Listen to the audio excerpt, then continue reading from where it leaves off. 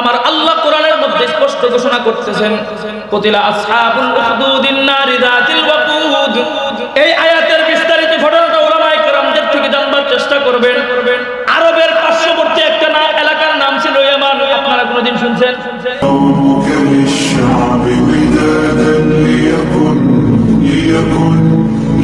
ইয়ামানের আশেপাশে একটা রাজ্য ছিল, যে রাজ্যের মধ্যে একজন বাদশা ছিল।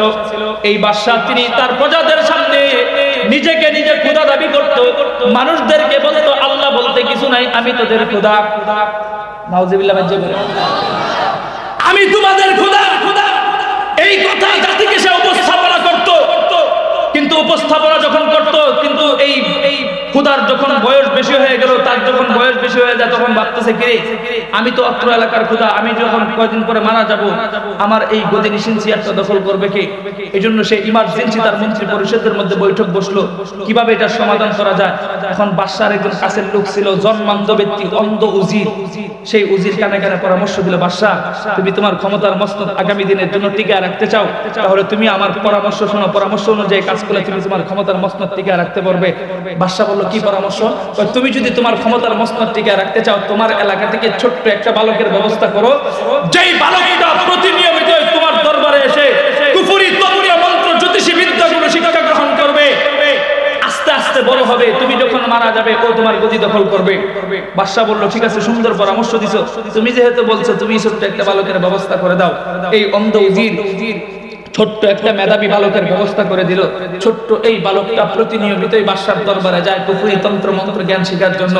এই ছোট্ট বালকটা বাদশার কাছে যায়, শিখে আল্লাহ বলতে কিছু নাই, আমার আল্লাহ এই। বাদশা বলে নাউজুবিল্লাহ। প্রতিনিয়মিতই যখন এই জ্ঞানগুলো শিখে, আরো যত জ্যোতিষী বিদ্যা আছে সবগুলো শিখতেছে। হঠাৎ করে বাদশার পথে যাওয়ার পথে ছোট্ট বালক একদিন রাস্তার সাইডে তাকিয়ে দেখলো বিশাল বড় একটা গির্জা দেখা যায়। তো গির্জার ভিতরে তার যাইতে মনে চাইলো, কিরে এখানে আবার মানুষের ভিড় কিসের? ফুসকি দিয়ে দেখতে গেল। যাওয়ার পর সেখানে গিয়ে দেখলো গির্জার ভিতরে একজন ইহুদি পাদ্রী মানুষদেরকে শিক্ষা দিচ্ছেন কালিমাতু লা ইলাহা। তো এই কালেমার আওয়াজ যখন শিক্ষা দিচ্ছে, দেওয়ার পর তিনি বলতেছে, আমাদের একমাত্র রবকে। রবকে এই কথাগুলো যখন বলতেছে যে পৃথিবীতে মানুষ রূপী মানুষের কোনোদিন খোদা হতে পারে না, আমাদের একমাত্র রব হচ্ছে আল্লাহ। ছোট্ট বালক এই বক্তব্য শুনবার পরে মাথা লড়ায় আর বিশ্বাস করে, কথা তো ঠিকই, আমার মতো মানুষ আরেকজন আমার খোদা হয় কিভাবে? সে তো খোদা হইতে পারে না, খোদা তো একজনই হয়।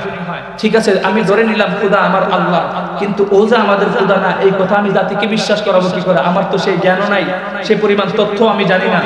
সুতরাং আমার জন্য ভালো কাজ হচ্ছে বাদশার দরবারে প্রতিদিন যাওয়ার আগে আমি এই খ্রিস্টান পাদ্রীর কাছে প্রতিদিন তাওহীদের জ্ঞান শিক্ষা করব। সুবহানাল্লাহ। ছোট্ট এই বালক প্রতিদিন এখন গির্জা থেকে তাওহীদের জ্ঞান শিক্ষা করে, বাদশার দরবারে গিয়ে কুফরি জ্ঞান শিক্ষা করে। জ্ঞানের ভার যখন বাড়তেছে আর দিন দিন শুধু মনের ভিতরে প্রশ্ন জাগে, কিরে আল্লাহ তো দুইজন হতে পারে না, আল্লাহ তো একজন। এখন আমি তো আমার আল্লাহকে বিশ্বাস করি, কথা ঠিক, কিন্তু ওরে যে সবাই বিশ্বাস করে, এটার মানুষের ভুল ভ্রান্তি ভাঙবো কিভাবে? এটা তো ভাঙা দরকার। এই ভাবতে ভাবতে হঠাৎ করে যখন একদিন বাদশার দরবারে যাবে, যাওয়ার পথে দেখলো রাস্তার মাঝখানে চৌরাস্তার মধ্যে বিশাল বড় এক হিংস্র প্রাণী বসা। যেই হিংস্র প্রাণীকে ভয় করে অনেক মানুষের সমাগম এবং ভিড় জমে গেছে। রাস্তার এবারের মানুষগুলো ওপার যাইতে পারে না, ওপারের মানুষগুলো এবার আসতে পারে না। সবাই মিলে যখন চিন্তা ভাবনা করলো এখন এই বিপদ থেকে রক্ষা পাওয়া যায় কিভাবে, কেউ সাহস করতেছে না ওই হিংস্র প্রাণীর মোকাবেলা করার জন্য। ছোট্ট বালকটা চিপার ভিতরে গিয়ে মনে মনে শুকরিয়া আদায় করে আর বলে, আজকে আসল খোদাকে পরীক্ষা করার সময় এসেছে। ছোট্ট এই বালক আমার আল্লাহর দিকে তাকিয়ে বলতেছে, আল্লাহ গো, আমি তোমার কালামার বিশ্বাস করি, আমি তোমাকে রব মানি, তোমাকে খোদা মানি, কিন্তু এই জালেম বাদশা যে আমাদের খোদা না, আমি এটা মানুষকে প্রমাণ করব কি করে? সেই দলিল তো আমার কাছে নাই, সেই পরিমাণ যৌক্তিক এলেম যোগ্যতাও আমার নাই। কাজেই আল্লাহ গো, আজকে তোমার ধর্ম বিশ্বাস স্থাপন করার জন্য আমি তোমার জাতি নামের উপর, তোমার সিফাতি নামের উপর ভরসা করে ছোট্ট একটা পাথর নিক্ষেপ করব। আল্লাহ গো, এই পাথর নিক্ষেপ করতে দেরি হবে, বিশাল বড় এই হিংস্র প্রাণী যেন মরতে দেরি না হয়। আমার আল্লাহ ছোট্ট বালকের দোয়াকে কবুল করে নিয়েছেন। ছোট্ট এই বালকটা ছোট্ট একটা পাথর বিশাল বড় এই হিংস্র প্রাণীর উপর মারতে দেরি হয়েছে, সাথে সাথে ওই হিংস্র প্রাণী মরতে দেরি হতে দেরি। বলুন তো দেখি, উপস্থিত সকালে দেখে কি দেখে না? দেখবার পরে এরা ভাবতেছে, কি রে, এতটুকু একটা বালক এতটুকু একটা পাথর দিয়ে এত বড় একটা প্রাণীকে মেরে ফেললো, নিশ্চিত ওর ভিতরে কিছু আছে। কথা ঠিক না বে ঠিক? তো ওই এলাকাতে একটা রোগ ছিল মানুষের মধ্যে কুষ্ঠরোগ। কি রোগ? কুষ্ঠরোগের মানুষগুলো কাছে এসে ভিড় জমাইছে। ভিড় জমানোর পর বলতেছে, কিরে ভাই, তুমি এতটুকু ছোট মানুষ হয়ে এত বড় খেলনার খেলা কিভাবে দেখাইলা? কি হয়েছে তোমার ভিতরে? তুমি এই শক্তি পাইলা কোত্থেকে? ছোট্ট বালক জবাব দিয়ে বলতেছে, তোমরা যারা খোদা মানো সে তো আমাদের খোদা না, সে হচ্ছে ভণ্ড খোদা। আমার একজন খোদা আছে, যেই খোদা আমারও খোদা, তোমারও খোদা, তোমাদের বাদশারও খোদা। তখন তারা বলতেছে, তোমার খোদার পাওয়ার নিয়ে যে তুমি এটা করতে পারো, নিশ্চিত ওই খোদারে বলে তুমি আমাদেরকে জারফুক করলে আমরাও ভালো হয়ে যাব। এখন ছোট বালক তো টেনশনে পড়ে গেছে, কিরে আমি এখানে আল্লাহর কালেমা বিশ্বাস করার জন্য ওদেরকে এটা বলছি, এখন যদি ওদেরকে জারফুক করি, ওরা যদি ভালো না হয়, আমার আল্লাহর কালেমার প্রতি তারা আবারও বিশ্বাস করবে। ছোট্ট বালক তাড়াতাড়ি আল্লাহর কাছে ফরিয়াদ করতেছে, আল্লাহ গো, আমি তোমার ধর্ম স্থাপন করার জন্য, তোমার তাওহীদের কালেমা পতাকা উত্তোলন করার জন্য আমি এই খেলনার খেলাটা খেলেছি। এখন ওরা বলতেছে ওদেরকে জারফুক করার জন্য, এখন ওরা যদি ভালো না হয় তোমার কালেমার প্রতি আবারও বিশ্বাস করবে। আল্লাহ তুমি বেঈমানদেরকে এই সুযোগটা দিও না, আমি তোমার কাছে নত হয়ে স্বীকার করতেছি, তুমি আমাকে সেই শক্তিটা দান করে যাতে আমি ওদেরকে জারফুক করলে ভালো হয়ে যায়। ছোট্ট বালকের দোয়া আমার আল্লাহ ফেরত দেয় নাই। যতগুলা কুষ্ঠরোগী মানুষ ছিল, মানুষের পিঠে হাত বুলিয়ে দিতে দেরি হইতো, কুষ্ঠরোগের মানুষগুলো সুস্থ হইতে দেরি হইতো না। বলুন তো দেখি, যারা সুস্থ হচ্ছে এরা কি এখন বাদশার খোদা মানে না আল্লাহরে? এই খবর চলে গেছে বাদশার দরবারে, একজন অন্ধ উজির আছে না, তার দরবারে। সেও শুনছে কি একটা ছোট্ট বালক থেকে আছে, মানুষের পিঠে হাত দিলে মানুষ ভালো হয়ে যায়। সে মনে মনে ধারণা করতেছে কি আমি জন্ম হওয়ার পরে তো কোনোদিন দুনিয়া দেখি নাই, ওর কাছে গেলে যদি আমার দুটো চোখ যদি একটু ভালো হইতো। আরো আসতে বলে, আরে মিয়া সুবহানাল্লাহর আওয়াজ আসতে হয় কেন? তোমার এখান থেকে সুবহানাল্লাহ বলতে দেরি হবে, আমার আল্লাহর রহমতের ফেরেশতারা তোমার জন্য জান্নাতে গাছ লাগাইতে দেরি হবে না। কথা বুঝেন? এখন ওই অন্ধ উজিরটা দৌড়ে আসতেছে, তো দৌড়ে আসে ছোট্ট বালকের কাছে আসবার আগে চিনে ফেলছে। এটার কারণটা কি জানেন? আমাদের এলাকাতে দেখবেন যারা বুবা থাকে, বধির থাকে, এদের মাথার ব্রেনগুলো একটু বেশি ভালো থাকে। আরে বেটা ভালো থাকবে না কেন? বুবা প্রতিবন্ধী অন্ধরা তো তোমার মতো আমার মতো 24 ঘন্টা ইউটিউবার ফেসবুকে একটা মনুফিলিং দেখে না, এই জন্য ওদের মাথার ব্রেনগুলো ভালো থাকে। কথা ঠিক না বেঠিক? তো এই ব্যক্তিটা ছোট্ট ওই বালকের কাছে আসবার আগে বলে ফেলছে, কিরে তুই না সেই বালক, যেই বালককে আমি বাদশার কাছে পাঠাইছিলাম প্রতিদিন কুফরি জ্ঞান শিক্ষা করার জন্য? বলতে আমি তো সেই বালকই, তাহলে তুই এত বড় শক্তি পাইলি কোত্থেকে?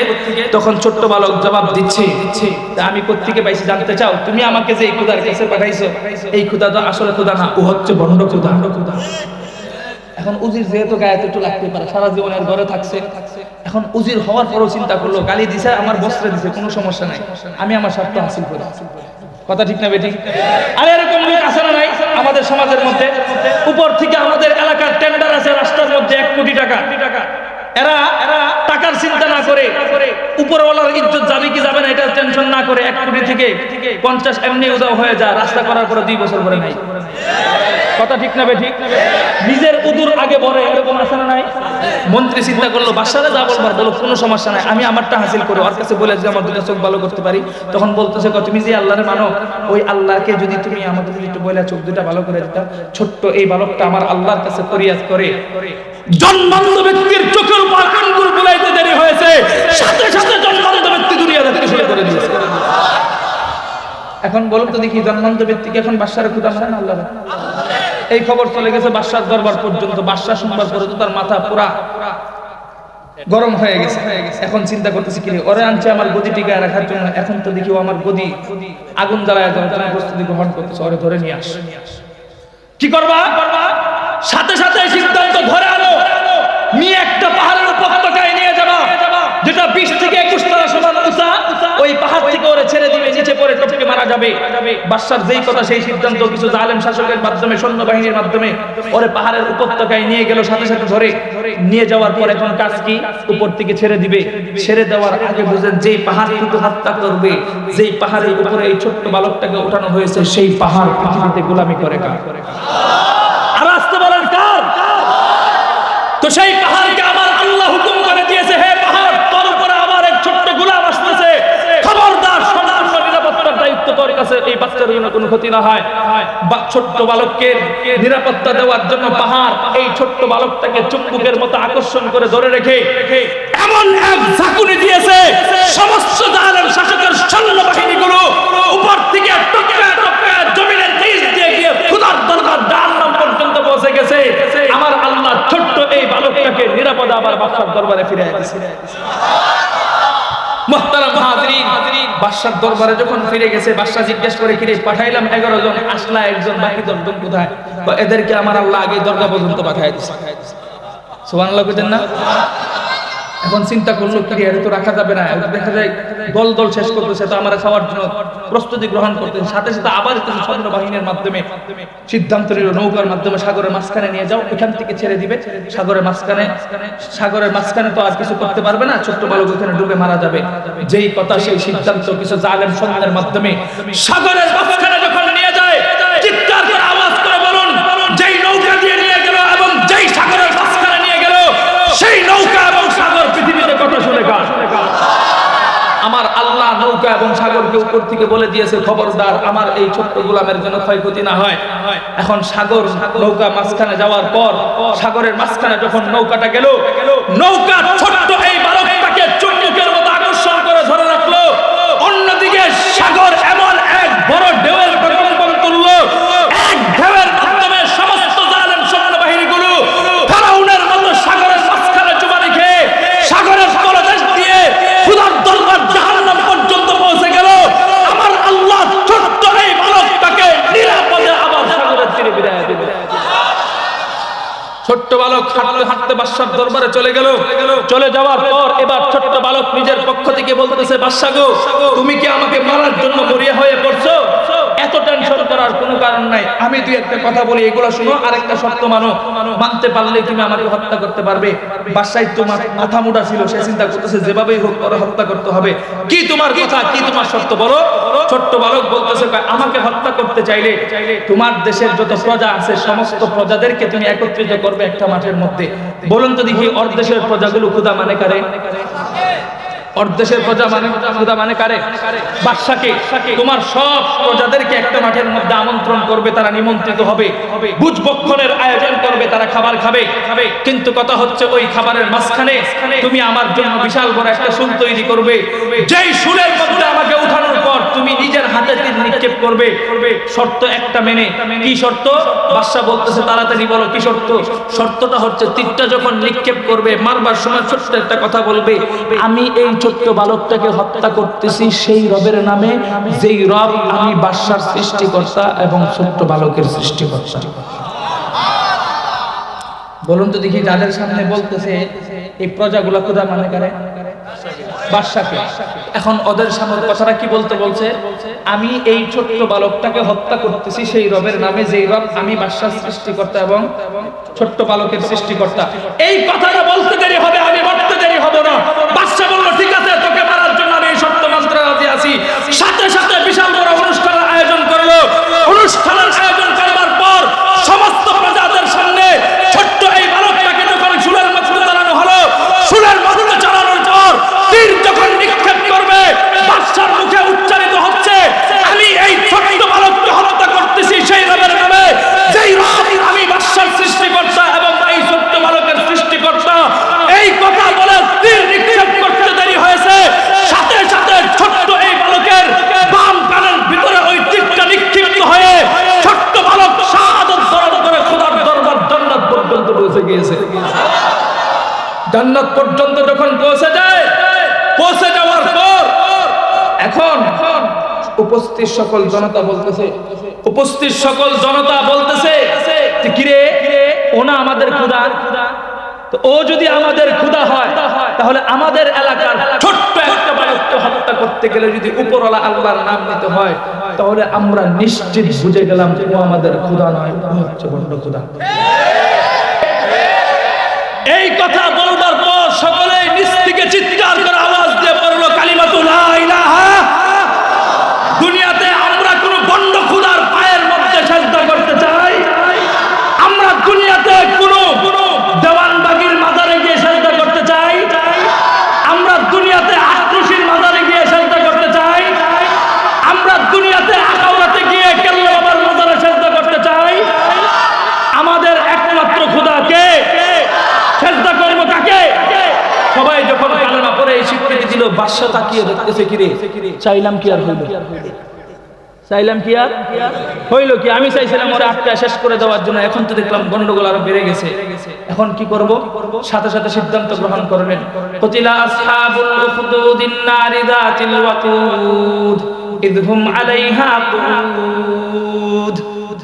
বাদশা সিদ্ধান্ত গ্রহণ করলো, যারাই কালেমা পড়বে তাদের জন্য অগ্নিকুণ্ড তৈরি করো। অগ্নিকুণ্ড তৈরি করবার পর ওদেরকে ধরে ধরে আগুনের মধ্যে ফেলে দাও। নাউজুবিল্লাহ করেন। বাদশার যেই কথা সেই সিদ্ধান্ত, যারাই কালেমা পড়তেছে ধরে ধরে আগুনের মধ্যে যখন ফেলে দেয়, মাঝখানে আরেকটা ঘটনা ঘটে যায়। একজন মহিলা ছোট্ট একটা শিশুকে কোলে নিয়ে দুধ খায় এখনো পর্যন্ত। দুধ খাওয়ার সময় এখনো কথা বলতে পারে না, এমন একটা বাচ্চাকে নিয়ে আগুনের পারে দাঁড়ায় রয়েছে।